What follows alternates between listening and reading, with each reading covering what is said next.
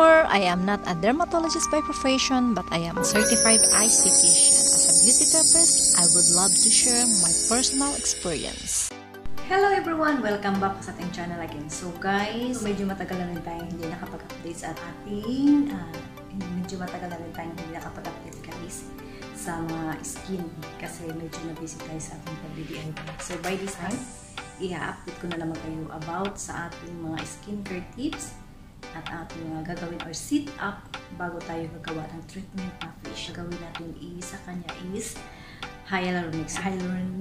Hyaluronic, this is best for if you have a very matured skin. So, kung mayroon tayong mga skin which is very dry or very dehydrated, so ang pinaka-first na recommendation natin is hyaluronic because hyaluronic, it gives volume, it plumps our skin. So, ang hyaluronic din guys, isa din to siyang nag-hold ng water sa skin natin para magiging plumpy ito at para magiging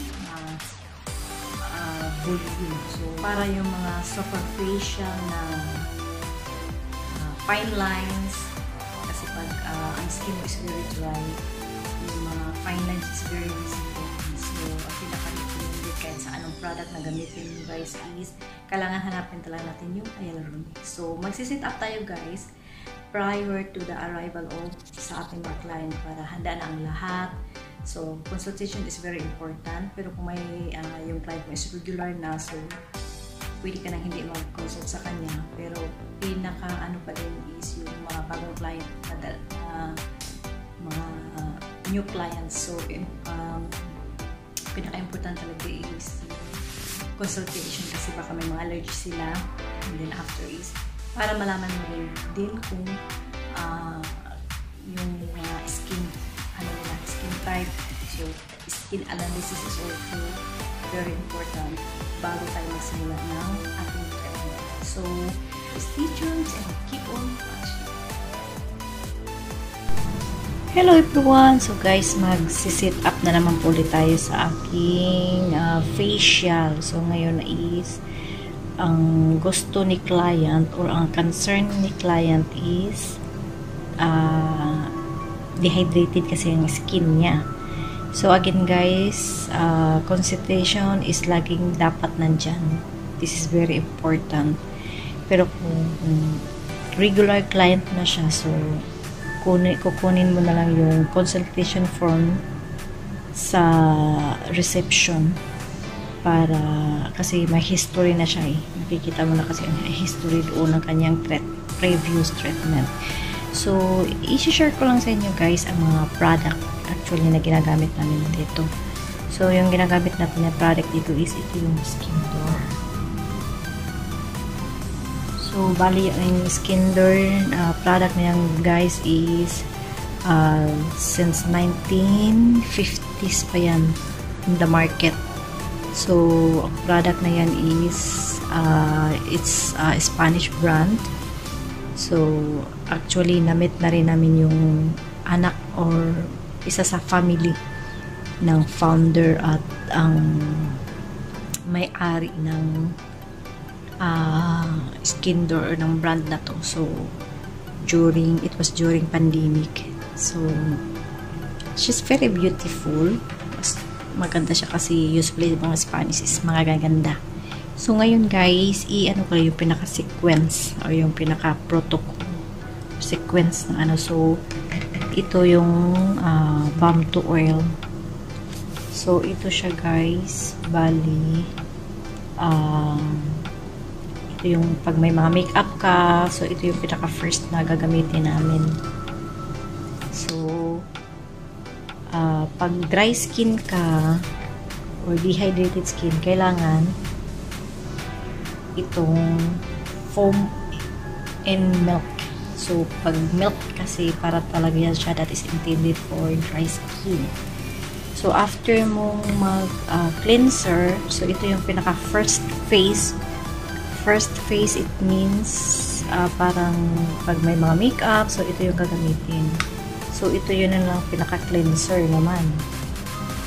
So, ito yung toner. So, toner guys, it balance, you know, the pH balance of our skin.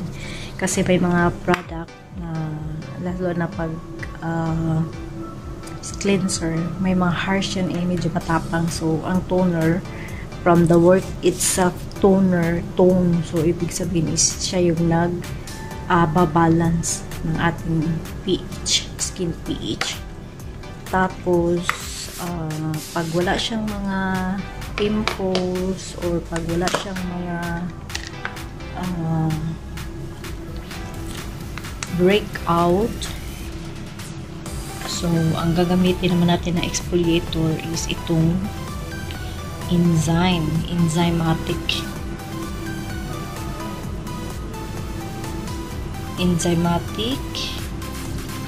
pill gel. So bali acid to siya guys, pero ang content ng acid nito is medyo mababa lang.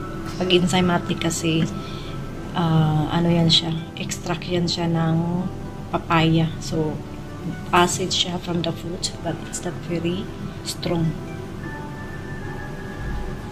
Tapos ito naman hyaluronic, yung activator natin. So ito naman yung mask after ng massage. Massage first.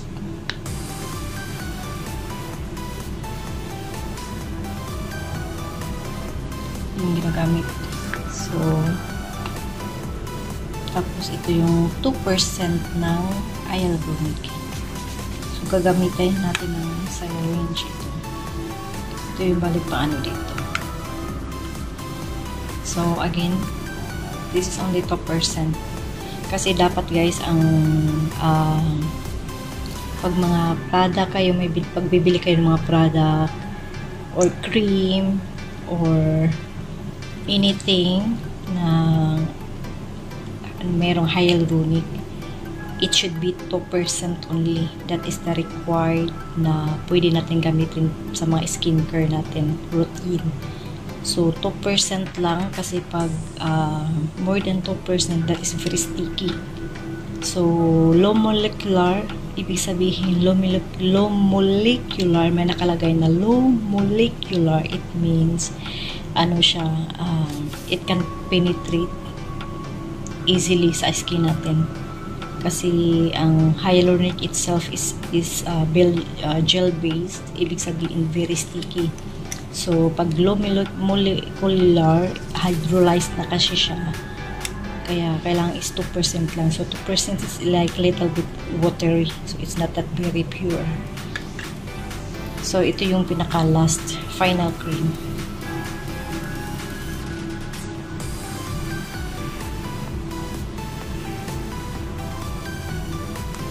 Tapos ito naman guys, ito yung ginagamit sa massage. So ito yung tinatawag na selenite stone. So ito yung ginagamit namin during sa massage. Tapos more on upwards, yung ano niya, yung kanyang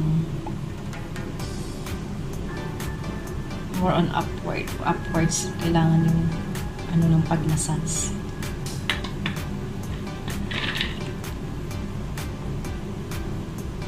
Dalawa to. So itong selenite din guys, it gives also energy that helps to calm our skin, our senses during the massage. So it's also for firming at the same time. So ito naman, ito yung skin scrubber. So ito yung skin scrubber na to guys, or skin spatula. Ito yung naman ginagamit ng after ng exfoliator. Siya. So ito yung mga functions niya. So ito for cleansing, and moisturizing, and lifting. So kung ang client is she wants lifting effect, so pwede mo siya gamitan ng lifting.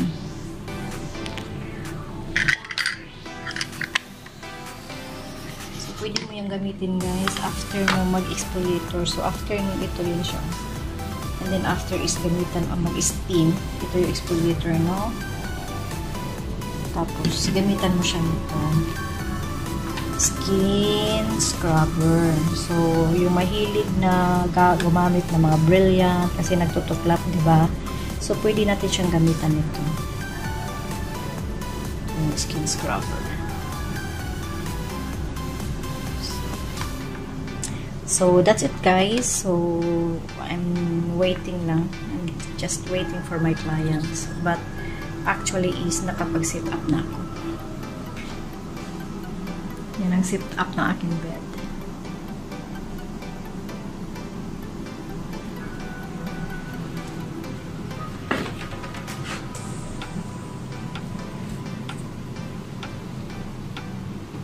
So yan, naka-sit up na yung bed.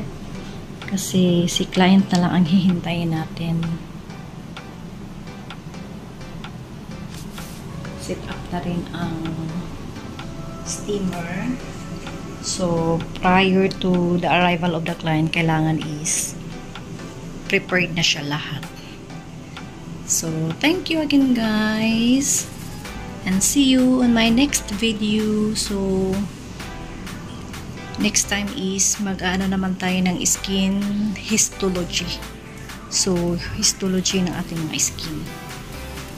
Mga panibagong skincare tips na naman kayong i-share sa inyo guys next time. Thank you again and see you. Bye!